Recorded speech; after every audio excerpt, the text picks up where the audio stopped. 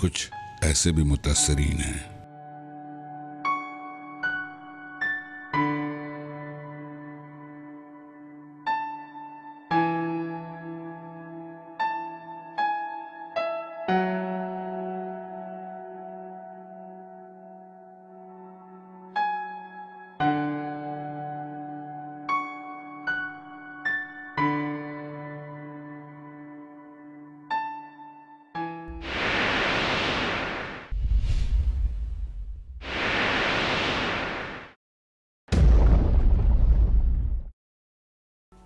जुलाई सन 2010 बरोज जुमेरात, जब हजरत अली हजवेरी अलमारूफ दाता गंज बख्श के मजार के अंदर और बाहर रात तकरीबन 11 बजे यक के बाद दीगरे 3 खुदकुश धमाके किए गए। इस सानहे में 50 से जायद जायरीन शहीद और 200 से जायद जख्मी हो गए और 50 जख्मियों की हालत शदीद नाजुक बताई गई।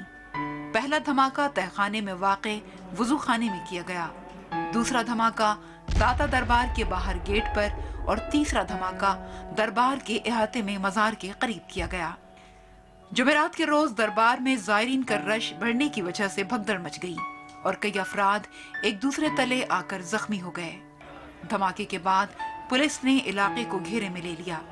जख्मियों को फौरी तौर पर अस्पताल मुंतकिल किया गया।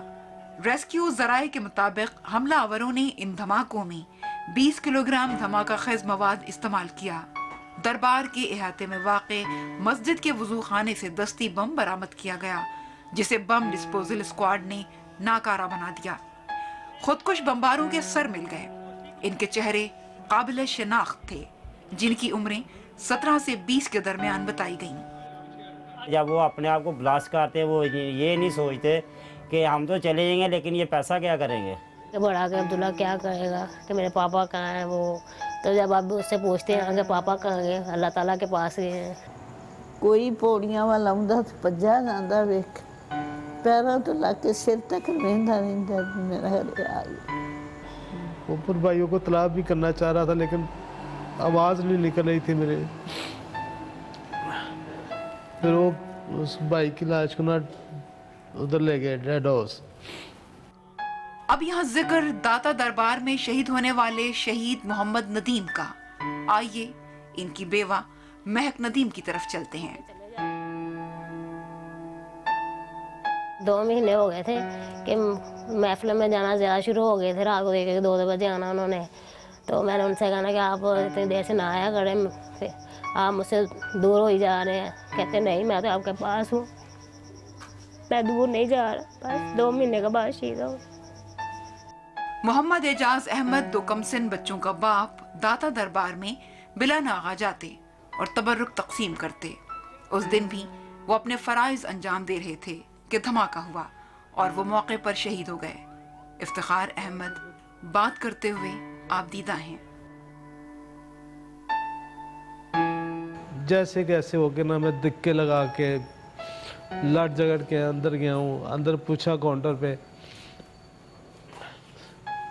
पे पूछा तो उन्होंने कहा इधर एजाज अहमद का कोई ज़ख्मी नहीं है। तो एक भाई पता नहीं कौन था, मैं उसको नहीं जानता, वो शख्स मुझे मिला, कहता यार नीचे ना डेड बॉडी पड़ी हुई है, उधर देखा हूँ। मैं किन कदमों के गया, वो साथ ही गया। देखते देखते ना काफ़ी लाशों के अंबार लगे हुए हैं। 35 से 40 लाशें मैंने खुद देखी उधर पड़ी हुई हैं। एक को देखा नहीं, दूसरे को नहीं, तीसरे को नहीं। देखते देखते ना मेरे भाई की लाश पड़ी हुई थी।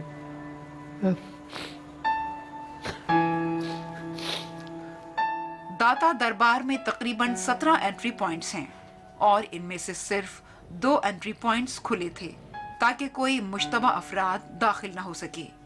गेट नंबर 5 सानहे से चंद रोज पहले ही खुला था। इसी गेट से दहशतगर्द दाखिल हुए, पहला धमाका किया और जब अफरा तफरी और भगदड़ मची तो दूसरा दहशतगर्द अपने टारगेट की तरफ दौड़ा और भीड़ में जाकर खुदकुश धमाका किया। ये तो इंसान कहलाने के हक में नहीं है, ये तो काफिर हैं। जब ये बम ब्लास्ट करते हैं, इनको ऐसे बताते हैं कि आप लोग ये बम ब्लास्ट करोगे तो ये आपका जहाद है, आपकी जन्नत यहाँ पे मिलेगी। और पता नहीं क्या क्या इनको बोलते हैं। मेरे ख्याल से ये बच्चों को जो अगवा करते हैं उनको यही तरबियत देते हैं कि आप ऐसा करोगे, अगर 5, 10, 15, 50 आदमी मारोगे तो आप जन्नती हो जाओगे, तो दुनिया में आपकी जन्नत मिलेगी। और इनको पैसे भी देते होंगे। ये लोग पूरे मुल्क से गए हुए थे, हर गांव से, हर शहर से, हर इलाके से ये लोग जो है ये भर्ती किए गए थे। तो अब जब ये इन लोगों को कहा कि जाएं और अपना अपना कमाएं, अपना खाएं और वापस जाएं, तो ये लोग पूरे पाकिस्तान में, पूरे इलाके में आ गए, पूरे मुआशरे में आ गए। तो एक आदमी जिसकी जो है वो अगर कोई 12, 15, 18 साल का वो गया जहाद के लिए और उसके बाद अब वो 28, 30 साल का हो गया वापस आया और कलाशनकोव के अलावा उसके पास और कोई चीज़ नहीं है, ना कोई ट्रेनिंग है, तो वो क्या करता है यहाँ पे आके? उन लोगों ने वायलेंस शुरू कर दी।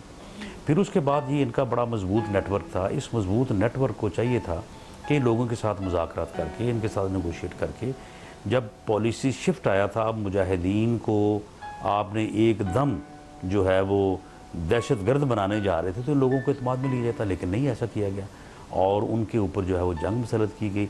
वो पहले से इस बात के जो है वो आदी भी थे और ट्रेंड भी थे। तो फिर वो जो फाइट शुरू हुई, तो उस फाइट में उन लोगों ने जो है वो एक हथियार अपना जो है वो निकाला और वो है खुदकुश बमबार। एक बदनाम ज़माना वाक़या सराजीवा में जून सन 1890 में पेश आया, जब एक 20 साल नौजवान गारविलो प्रिंसिप के हाथों आर्क ड्यूक फ्रांस फर्डिनेंड का कत्ल हुआ, जिसने पहली आलमी जंग का सिलसिला शुरू कर दिया। वो आलमी जंग क्या थी? दहशतगर्दी का बाज़ाब्ता और बाकायदा आगाज था। 1980s में जब हमने अफगान फॉरेन पॉलिसी जो थी in the backdrop of Russian intervention इन अफ़गानिस्तान हमने अडॉप्ट की और उसके नतीजे में यहाँ पर धमाके जो थे वो होते रहे। लेकिन एक फ़र्क उस वक़्त की दहशतगर्दी में और आज की दहशतगर्दी में ये है कि उस वक़्त ख़ुदकश धमाका या ख़ुदकश धमाका करने वालों का जो फिनोमेना था वो हमें नज़र नहीं आता।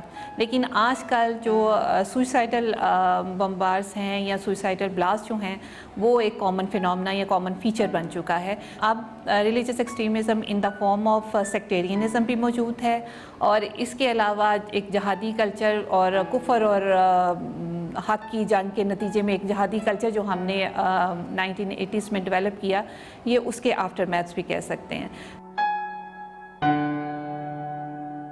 यहाँ मोहम्मद एजाज की वालिदा इस वाक़े के मुतालिक बता रही हैं।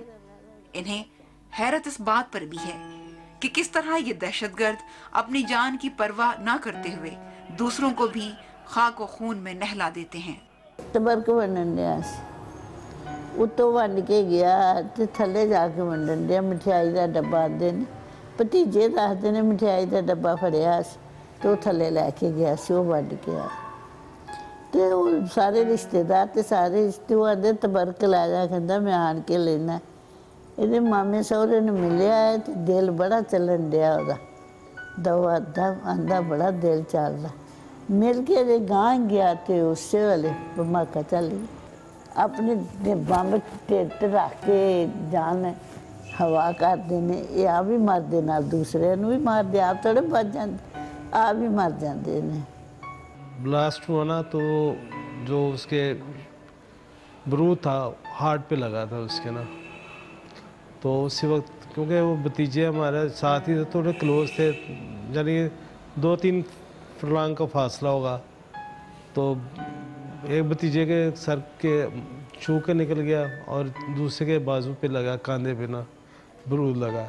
मेरे ब्रदर इन ला ने तलाक दी कि भाई ऐसे ऐसे ना ब्लास्ट हुआ है तो एजाज का पता करो, क्या एजाज भी जाता उधर ना। मैं कहा तुसी कितने हो इस टाइम? कहते ऐसी भी हो अस्पताल है। मैं कहा अच्छा तुम रुको तो मैं आ रहे हैं। मेरा ब्रदर इन ला कहता भाई तुम कल ना जाना, मैं आ रहे हैं। फिर यही चाहने वो आया, फिर बच्चों मैं घर छड़िया तो मैं वो नाल बैठ के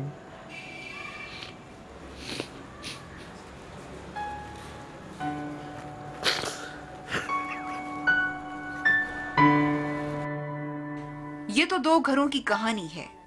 ऐसे ही 50 से जायद घर इस सानहे में उजड़े, सैकड़ों अफराद दहशतगर्दी की भीड़ चढ़ गए।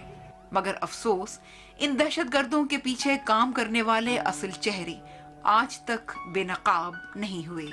अगर वो ये समझते हैं कि दाता साहब के ऊपर धमाका करने से इस मुल्क के जो सेगमेंट हैं अहले सुन्नत और देवबंद, उनके दरमियान तसादम हो गए तो ये अनारकी फैलेगी, वो वहाँ पे भी जो है वो धमाका करेंगे। तो ये उनकी स्ट्रेटजी जो है, वो चाहते हैं कि ये स्टेट एज स्टेट जो है सर्वाइव ना करे, ये कमज़ोर हो जाए, ताकि उनके लिए फिर यकीनन उनके लिए कोई बेहतर मौके जो है वो जो उनकी सोच है उसके मुताबिक उनको हासिल हो सकते हैं। दादा साहब ने लैंडर पे आया तय खाने का, वो फट गया ना, ज़बरदस्त धमाका है। बेवा बना दिए, बच्चे यतीम कर दिए, ये कुछ ना करें, आपकी मेहरबानी होगी। अपने जिस्म पे बम बांध कर मुसलमान का कत्ल करता है।